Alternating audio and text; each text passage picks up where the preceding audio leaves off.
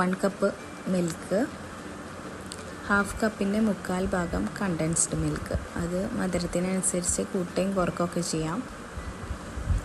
പിന്നെ വേണ്ടത് വിപ്പിംഗ് ക്രീമാണ്. വിപ്പിംഗ് ക്രീം 3/4 കപ്പ്,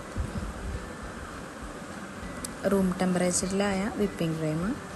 ഇതെല്ലാം കൂടി മിക്സ് ചെയ്ത് ജസ്റ്റ് ഒന്ന് ചൂടാക്കി എടുക്കണം. തിളപ്പിക്കണ്ട, ജസ്റ്റ് ചൂടായാൽ മതി. പിന്നെ വാനില സ്പഞ്ച്, ഇതേപോലെ ഒരു ഷാർപ്പ് എഡ്ജായിട്ടുള്ള ഒരു കട്ടർ വെച്ചിട്ട് കട്ട് ചെയ്തെടുക്കുക. ജാറിൽ ഇറങ്ങിയിരിക്കാനായിട്ടുള്ള വലുപ്പത്തിൽ.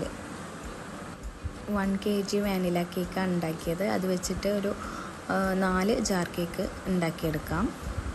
എല്ലാം കട്ട് ചെയ്ത് വെച്ചു. ഇതേപോലുള്ള ജാറാണ് ജാർ കേക്കിന് വേണ്ടത്. ഗ്ലാസിൻ്റെത് വരുന്നുണ്ട്, പ്ലാസ്റ്റിക്സിൻ്റെ വരുന്നുണ്ട്, ഏതായാലും കുഴപ്പമില്ല.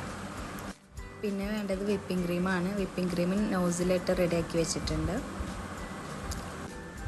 ഓരോ ജാറിലേക്കും ഒരു തവി വീതം സിറപ്പ് ഒഴിച്ചു കൊടുക്കുക.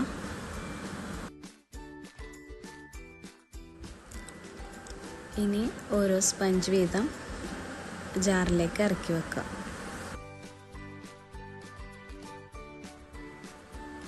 ഒരു ഫോർക്ക് വെച്ചിട്ട് ഇതേപോലെ ഹോൾസ് ആക്കുക.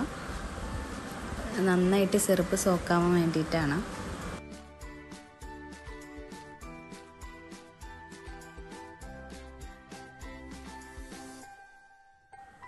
നെക്സ്റ്റ് ലെയർ വരുന്നത് വിപ്പിംഗ് ക്രീമാണ്.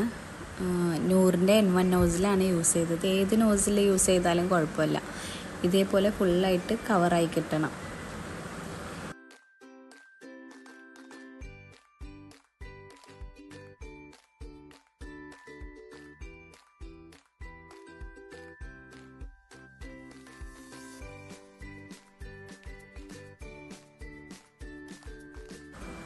സെക്കൻഡ് ലെയർ വാനില സ്പഞ്ചും കൂടെ വെക്കുക.